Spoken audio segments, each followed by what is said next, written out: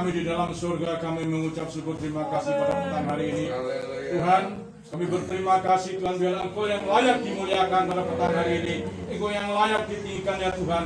Kami tahu dan percaya Tuhan, karena Engkau datang dalam dunia Tuhan untuk mengembalikan manusia pada rancangan semula. Inilah Tuhan menjadi tujuan hidup kami. Engkau lah kebahagiaan kami Bapa pada petang hari ini. Kami bersyukur terima kasih Tuhan sepanjang hari. Engkau sudah pelihara kami, Engkau sudah memberkati kami hingga pada saat sore hari Tuhan. Kami mau memuji Engkau, kami mau meninggikan Engkau, kami mau bersorak-sorai Tuhan. Percaya biarlah roh sukacita, suasana surga menguasai setiap kami Tuhan. Terima kasih Tuhan, biarlah suasana surga ada di tengah-tengah kami Tuhan pada petang hari. Terima kasih Tuhan buat hamba-hambamu yang dalam bagian dalam pelayanan kami serahkan Tuhan, baik yang memainkan musik, hambamu yang memainkan puji-pujian, bahkan hambamu yang menyampaikan firman Tuhan. Bila urapan dari hati menjadi Tuhan pada sore hari ini, ini menjadi kerinduan kami Bapa, supaya di dalamnya nama Tuhan dipermuliakan. Terima kasih Tuhan, kami mengucap syukur, kami akan buka ibadah ini di dalam nama Tuhan Yesus Kristus. Haleluya. Silakan duduk Bapak Ibu Saudara. Puji Tuhan, biar saat sore hari ini kita mau bersorak, kita tinggikan Dia sebab Dia Raja di atas segala raja. Dia lahir untuk kami, Dia mati untuk kami.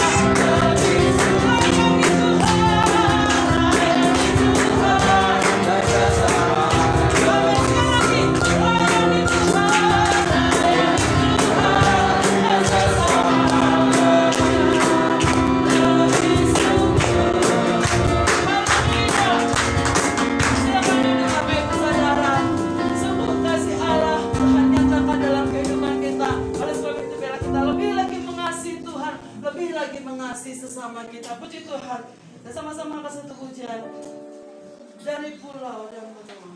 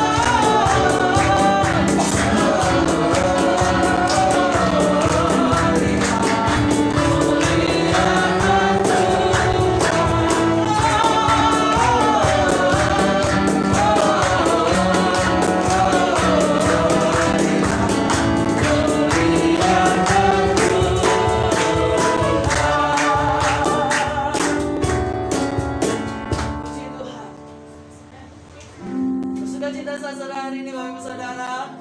Haleluya. Haleluya. Tuhan, karena Yesus senantiasa memberikan kekuatan dan sukacita buat setiap kehidupan kita. Sebentar, kita akan sama-sama mendengarkan firman Tuhan. Dan firman Tuhan menjadi kekuatan dalam kehidupan kita. Firman Tuhan menjadi jawaban atas setiap pergumulan kita. Kita nikmati berkat Natal di tahun 2020 sampai 2020 sukacita.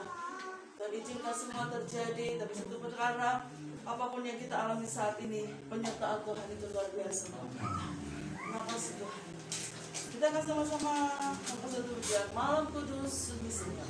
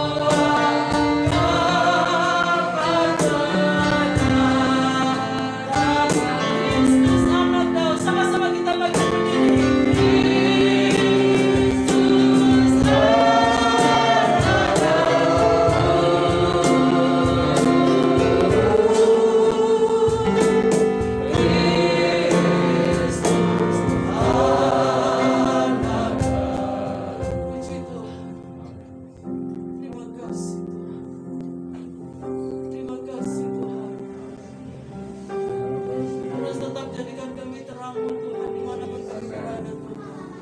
Sebab Engkaulah sumber terang itu bagi kami. Engkaulah sumber segala-galanya buat setiap kehidupan kami Tuhan. Mampukan kami untuk memancarkan kasih-Mu, mampukan kami untuk memancarkan terang-Mu Tuhan. Terima kasih Tuhan, sebentar kalau kami bersama-sama mendengarkan firman-Mu. Oh Rabbi, hamba-Mu Tuhan, taruh isi hati-Mu lewat hamba-Mu Tuhan. Engkau juga mau urapi kami seluruh sidang jemaat Tuhan yang ada. Berikan kami kuasa untuk kami bisa mengerti kepada firman-Mu. Rahmat kami, beri kami kuasa untuk kami bisa melakukan firman-Mu Tuhan. Dan pujilah nama-Mu Tuhan. Kami siap mendengarkan firman-Mu hanya di dalam nama Tuhan Yesus Kristus. Haleluya. Amin. Puji Tuhan. Silakan duduk Bapak Ibu Saudara. Saya serahkan kepada hamba yang melayani.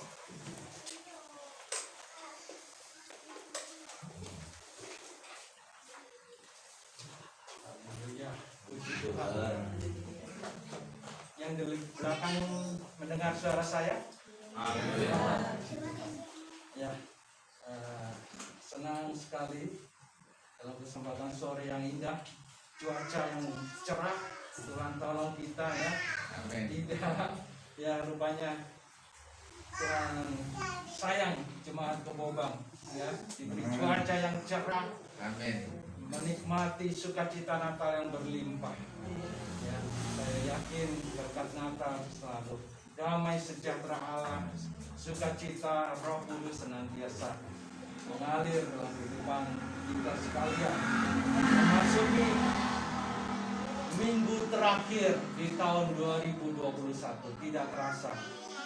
Dengan keberadaan kita masing-masing, saya tidak tahu saat ini Bapak Ibu datang dengan berbagai hal yang mungkin membuat penat, membuat berat, membuat ya sepanjang 2021. Bahkan semenjak tahun 2020 kita menghadapi pandemi yang terus-menerus. Ya, bahkan ada varian baru lagi tanggal 15 Desember kemarin yang masuk ke Indonesia. Ya, namanya Omikron. Ini lebih penyebarannya lebih dahsyat, lebih cepat. Tapi itu tidak mengurangi sukacita Natal kita. Amin, Bapak Ibu. Kita anak-anak Tuhan, orang-orang percaya, murid-murid Yesus Kristus. Ya. Omikron, Delta, Alpha, Beta, Gamma, apapun boleh masuk. Bahkan kalaupun Tuhan izinkan kita terjangkiti salah satu varian itu, saya yakin kita juga nanti akan Tuhan tolong. Amin. Seandainya Tuhan panggil kita dengan cara terjangkiti, ya, kita sudah jaminan kita masuk dalam surga yang kekal. Ya, puji Tuhan. Bapak Ibu tidak usah khawatir dengan cara apa Tuhan memanggil kita, entah lewat sakit penyakit, entah lewat usia lanjut, usia sepuh, ataupun lewat varian-varian Omikron dan sebagainya. Tetapi menjadi keyakinan kita, karena begitu besar kasih Allah, Dia sudah memberikan jaminan hidup yang kekal sesaat nanti kita dipanggil oleh Sang Pencipta. Sesuai dengan tema yang sudah diberikan kepada saya, the power of love, kekuatan dari kasih Allah, yang terambil dalam Injil Yohanes 3 ayat yang ke-16. Mari kita baca ayat mas kita sore hari ini. Yohanes 3 ayat 16. Saya yakin kita semua sudah hafal, bahkan adik-adik sekolah minggu juga seringkali disuruh menghafal ayat mas ini. Tapi tidak mengapa, kita baca secara bersama-sama dengan suara yang kedengaran. Yohanes 3 ayat 16. 1, 2, 3. Karena begitu besar kasih Allah akan dunia ini, sehingga Ia mengaruniakan anaknya yang tunggal, supaya setiap orang yang percaya kepadanya tidak binasa, melainkan beroleh hidup yang kekal. Puji Tuhan. Saking hafalnya sampai ya bapak-bapak ngebut ya, karena begitu hafal. Ya, puji Tuhan. Ayat ini sudah sah menjadi hafalan kita. Bapak Ibu Saudara yang dikasihi Tuhan, ya. Bahkan kita semua orang percaya mengamini ada hidup yang kekal Tuhan berikan bagi kita yang percaya kepada Yesus. Terima Yesus sebagai Tuhan Juru Selamat kita, percaya kepadanya, ada satu jaminan hidup. Ini menjadi satu hal yang merupakan penghiburan buat kita. Tetapi coba perhatikan, ada dua ayat di atas yang ingin saya cermati pada sore hari ini. Sebelum ayat 16 ini ada ayat 14 dan 15. Ini adalah satu pembelajaran buat kita bagaimana bangsa Israel di zaman Musa dulu.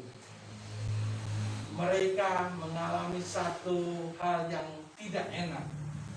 Jangan sampai pengalaman Israel di zaman Musa dulu itu terulang di zaman akhir zaman ini buat kita sekalian, khususnya jemaat Kepanjen, Kebobang yang ada.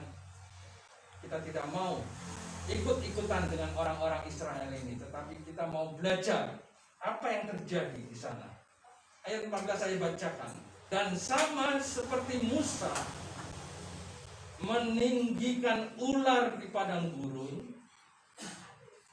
demikian juga anak manusia harus ditinggikan, supaya setiap orang yang percaya kepadanya beroleh hidup yang kekal. Masuk ayat 16. Karena begitu besar kasih Allah akan dunia ini, sehingga ia telah mengaruniakan anaknya yang tunggal, supaya setiap orang yang percaya kepadanya tidak binasa, melainkan beroleh hidup.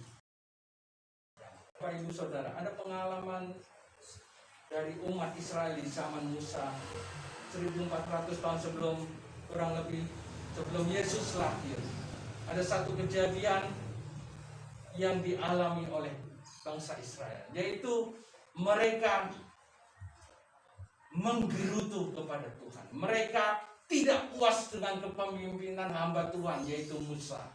Mereka misuh-misuh, ngomel-ngomel, ngedumel, marah-marah, menggerutu, dan sebagainya. Ya, mereka pada intinya mereka tidak suka atau tidak puas dengan cara Musa memimpin. Karena apa? Kalau Bapak Ibu baca dalam kitab Bilangan pasal 21 di sini, ya, dalam kitab Bilangan 21 ayat 9, mereka sudah muak dengan roti dari surga itu, mana yang hambar. Mereka sudah muak dengan makanan di padang gurun. Mereka sudah kehausan berulang-ulang kali. Mereka, Alkitab mencatat mereka mengalami ya kehabisan air di tengah padang belantara ini, padang gurun, dan juga mereka sudah bosan. Akibatnya apa? Tuhan rupanya panjang sabar, Tuhan itu ada batasnya. Tuhan sangat sedih, Tuhan sangat kecewa dengan umat pilihannya. Singkat cerita, Bapak Ibu bisa baca nanti dalam kitab Bilangan 21, Tuhan mengirimkan ular tedung untuk memakut, untuk mematok, ya, sehingga bisa ular tedung itu membuat banyak orang Israel, umat pilihan Tuhan, mengalami kematian. Nah, ini yang ingin saya bagikan pada sore hari ini. Biarlah pengalaman Israel ini jangan sampai terulang pada kita, umat Israel rohani di akhir zaman, jemaat yang dikasihi Tuhan, jemaat Kebobang khususnya, ya. Mereka seringkali orang-orang Israel ini protes sama Musa. Mereka seringkali marah, mereka tidak puas. Biarlah kita mau belajar pengalaman Israel. Apapun saat ini keadaan kita, mungkin ya karena keterbatasan, maaf Bapak Gembala Dodo ini masih walaupun masih muda, tetapi mobilitasnya tinggi, banyak yang diurus selain gereja pusat, gereja cabang, ya. Belum lagi ya beliau ini masuk dalam kepengurusan di komisi wilayah Malang Raya, GPDI Malang Raya, bagian pemuda, ya. Kami satu tim dengan Bapak Dodo ini, ya. Ini mungkin menguras tenaga, menguras waktu, menguras sehingga banyak kali perhatian terhadap jemaat agak, ya, saya bilang agak kurang terperhatikan, ya.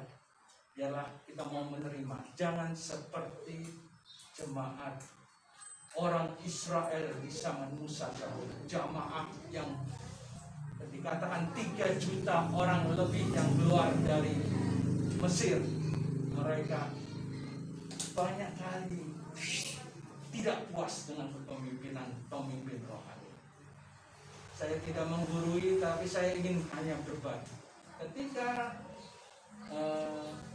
kita ada rasa jengkel, kita ada rasa protes, kita ada rasa muak, kita ada rasa tidak puas, ya, di situ Tuhan akan beracara.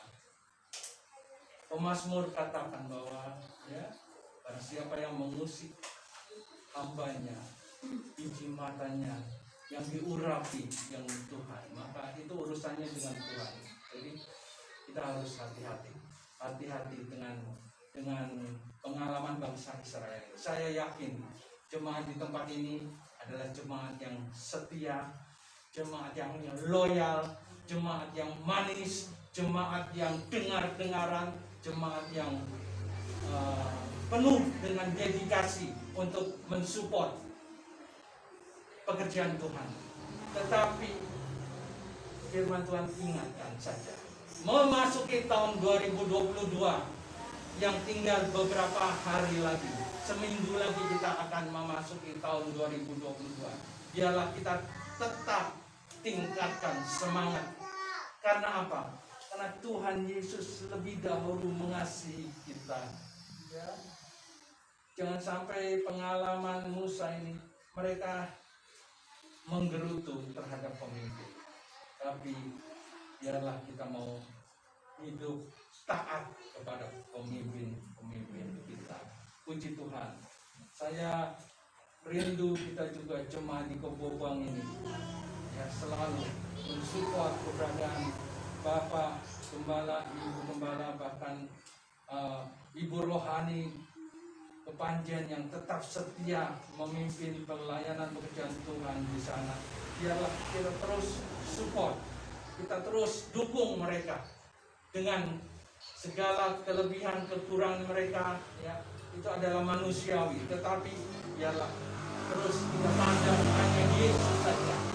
Di sini dikatakan ketika ular tedung itu mematok tumit mereka, maka bisa itu langsung memberikan efek kematian yang dahsyat. Pada hari itu banyak yang mati di padang belantara, ya. Berbicara tentang ular itu berbicara tentang kuasa iblis, kuasa setan, kuasa si jahat yang tidak suka dan ketika kita memperoleh kehidupan kekal yang sudah ada di tangan. Seringkali kita terlena, kita dinina-bobokkan oleh hal-hal yang ada di zona nyaman kita. Makanya saya pikir betul juga kalau Tuhan izinkan terjadi COVID-19 ini sudah melanda negara kita 2 tahun, ya. Tahun mulai 2020, kita 2022 nanti 2 tahun bulan Maret kita menghadapi pandemi corona.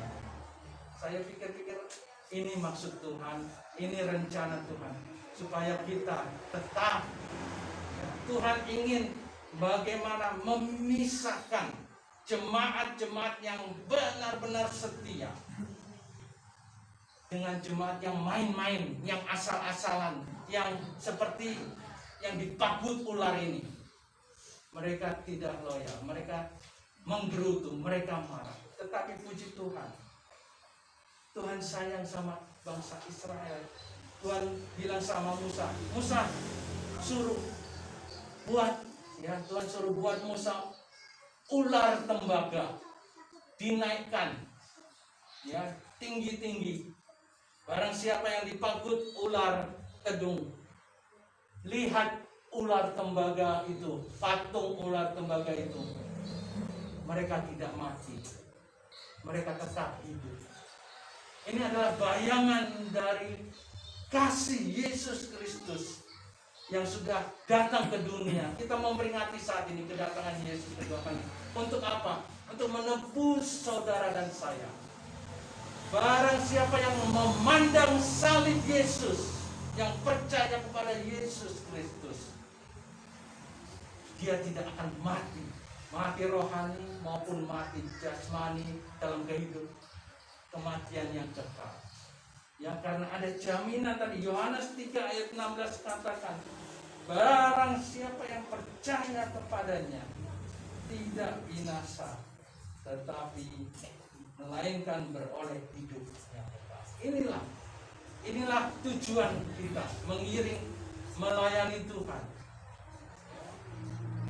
Dalam kitab 2 Raja-Raja 18, nanti Bapak Ibu baca, atau kita baca sama-sama saja.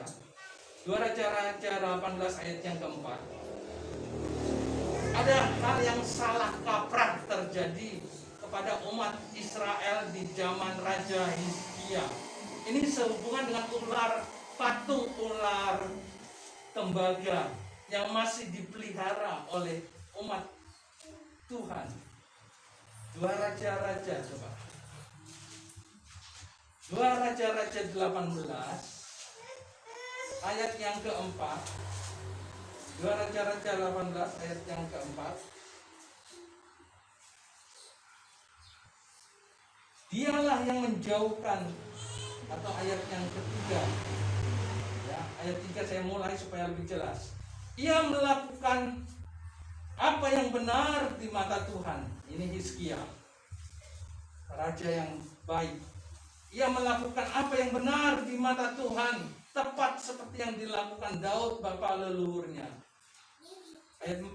Dialah yang menjauhkan bukit-bukit pengorbanan dan yang meremukkan tugu-tugu berhala dan yang menebang tiang-tiang berhala dan yang menghancurkan, perhatikan, ular tembaga yang dibuat Musa. Sebab sampai pada masa itu orang Israel memang masih membakar korban bagi ular itu yang namanya disebut Nehustan. Ular tembaga di zaman Musa itu namanya Nehustan. Dan itu masih dipelihara sebagai tradisi oleh orang Israel di zaman Raja Hizkia. Seringkali kita salah kaprah dengan, ya bukan kita anti tradisi, tetapi ada hal-hal yang, ya tradisi-tradisi yang bertentangan dengan firman Tuhan yang tidak perlu kita pelihara. Ya, Bapak Ibu Saudara, ini patung tembaga disakralkan, dikeramatkan. Patung ular tembaga di zaman Musa masih dipelihara, disembah, dikasih, ya korban ini. Jadi mereka masih memberikan yang mungkin sesajen seperti sekarang ini. Ular tembaga, bukannya Yesusnya, bukan Allah Israel, Allah Yahweh, Allah Yehova yang mereka tinggikan, yang mereka agungkan, tapi mereka memandang ular tembaga itu sebagai satu hal yang sakral. Inilah kesalahan yang dilihat oleh Raja Hizkia. Dan Raja Hizkia sebagai seorang yang raja yang baik sesuai dengan leluhurnya Daud, ya, dia bakar, dia potong, dia hancurkan hal-hal yang tidak baik itu. Puji Tuhan, Bapak Ibu Saudara, mungkin saat ini ada hal-hal yang masih kita pegang Saya tidak menghakimi, tetapi seandainya ada, ya kita mau belajar. Seperti Hizkia ini, dia berani menghancurkan segala klinik-klinik tradisi-tradisi yang tidak bertentangan, yang berlawanan dengan firman Tuhan. Ya. Mungkin ada jimat-jimat, ada opo-opo, ada hal-hal yang berbau magic, yang berbau ya kuasa-kuasa gelap yang ada di dalam keberadaan rumah Bapak Ibu Saudara. Saya sebagai seorang hamba Tuhan yang Tuhan utus pada sore hari ini mengingatkan saja untuk kita, ya, kita mau membersihkan hal itu. Sebagaimana kalau kita mau menerima hidup yang kekal, hidup yang enak, hidup yang diberkati, hidup yang selalu Tuhan perkenan ada di dalam kehidupan kita, maka kita harus berani menghancurkan hal-hal yang demikian. Ketika Hizkia menghancurkan ini, maka Tuhan mengokohkan kerajaannya dan dia diberkati, diberikan mujizat demi mujizat, kerajaannya diberkati. Kita kembali kepada ayat emas kita tadi, Yohanes 3 ayat 16. Begitu besar kasih Allah akan dunia ini. Dengan apa kita bisa membalas? Kalau Tuhan sudah mengaruniakan anaknya yang tunggal ke dalam dunia ini untuk menebus dosa seluruh umat manusia, kita tidak bisa balas segala kasih setia Tuhan. Begitu besar kasih Tuhan terhadap kehidupan kita. Kita yang dulunya ada di lumpur dosa, kita yang dulunya sudah menerima bagian neraka kekal. Sebagai satu ayat terakhir dalam Injil Yohanes juga, Yohanes 5. Bagian kita ini sebenarnya adalah ya hidup yang hukuman yang kekal, neraka. Tetapi puji Tuhan, oleh karena kasih Allah, kuasa kasih Allah, the power of love itu ada dalam hidup kita. Coba Yohanes 5 ayat 24. Kita baca sama-sama ayat terakhir kita ini. Ya, Yohanes 5 ayat 24 yang sudah mendapat bisa baca bersama-sama dengan suara kedengaran. 1, 2, 3. Aku berkata kepadamu, sesungguhnya barang siapa mendengar perkataanku dan percaya kepada Dia yang mengutusku, Ia mempunyai hidup yang kekal dan tidak turun dihukum, sebab Ia sudah pindah dari dalam maut. Amin, haleluya. Ini bagian Bapak Ibu Saudara dan saya. Ia sudah pindah, ia tidak akan dihukum, tidak akan mati seperti orang Israel di zaman Musa dipagut ular mati. Kita ini dulunya mati dalam neraka kekal. Tapi puji Tuhan, Tuhan karuniakan kasih-Nya yang luar biasa. Dia kirimkan putranya yang tunggal, Yesus Kristus.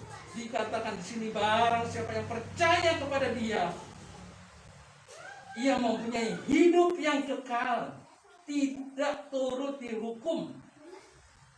Sebab orang itu apa? Sudah pindah. Sebab ia sudah pindah dari dalam maut ke dalam hidup. Jadi inilah kasih Allah yang luar biasa buat saudara dan saya. Pengorbanan Yesus. Dia sudah rela tinggalkan surga yang mulia, surga yang kekal, datang ke bumi yang saat ini kita peringati Natal 2021. Mari jangan sia-siakan pengorbanan Yesus, kedatangan Yesus. Kedatangan Yesus yang kedua kali nanti bukan sebagai seorang bayi lagi, tetapi Dia akan memberikan mahkota buat orang-orang yang percaya kepadanya. Dan Dia akan membuat perhitungan kepada orang-orang yang bermain-main dengan hal-hal yang mendukakan hati Tuhan. Seperti orang-orang Israel, mereka mendukakan hati Tuhan. Tapi saya yakin jemaat di tempat ini memasuki tahun yang baru nanti, kehidupan rohaninya akan lebih lagi meningkat, grafik rohani kita akan meningkat, dan kita akan menyongsong ya kedatangan Tuhan Yesus yang kedua kali dengan penuh sukacita dan penuh semangat yang baru. Terpujilah nama Tuhan. Tuhan Yesus memberkati. Saya undang pemain musik, kita nyanyi, saya rindu kita nyanyi satu lagu. Kasih Allahku sungguh telah terbukti ketika Dia serahkan anaknya.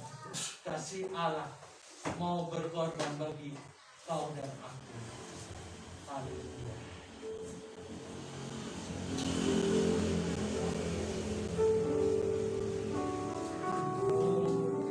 Terima kasih.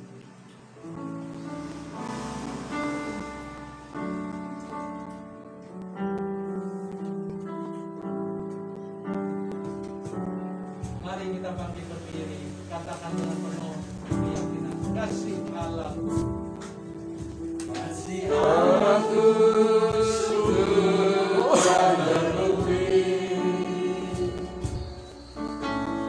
ketika serahkan anaknya. Kasih Allah mau berkorban bagi kau dan aku. Tiada kasih seperti kasih. katakan sekali lagi dengan penuh. Kasih Allahku sungguh telah terbukti ketika serahkan anaknya. Kasih Allah mau berkorban bagi kau dan aku. Tiada kasih seperti kasih-Mu. Mari kita bersyukur kepada Tuhan.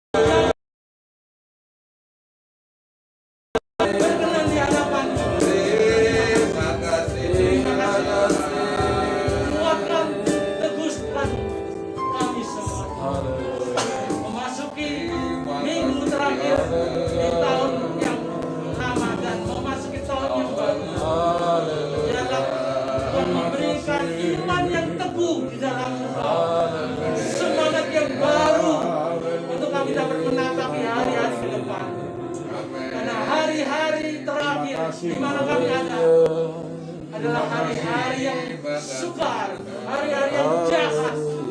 Tetapi kami yakin ketika kami bersarah, kami berharap, kami hanya memandang salib Yesus Kristus. Terima kasih. Disitulah kekuatan akan kami alami.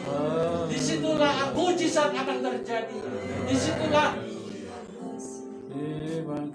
hal-hal yang luar biasa akan terjadi dalam kehidupan kami. Terima kasih. Berkati sidang jemaatmu yang ada di Kebobang ini, sehingga mereka tetap setia sampai Yesus datang kedua kali.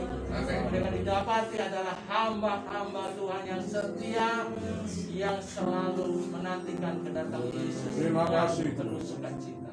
Terpujilah namamu. Berkati pengembalaan sidang jemaat yang ada di tempat ini, Bapak Gembala, Ibu Gembala, bahkan Ibu Rohani yang ada di Kepanjen, beri kekuatan, beri kesehatan, damai, sukacita, urapan dari tempat maha tinggi, Roh Kudusmu senantiasa mengalir untuk memberikan penghiburan kekuatan yang baru buat Terima hamba-hamba. kasih. Terpujilah namamu di dalam berkat nama Tuhan Yesus Kristus. Kami terima firman-Mu dengan penuh ucapan syukur. Haleluya, haleluya. Amin. Saya kembalikan kepada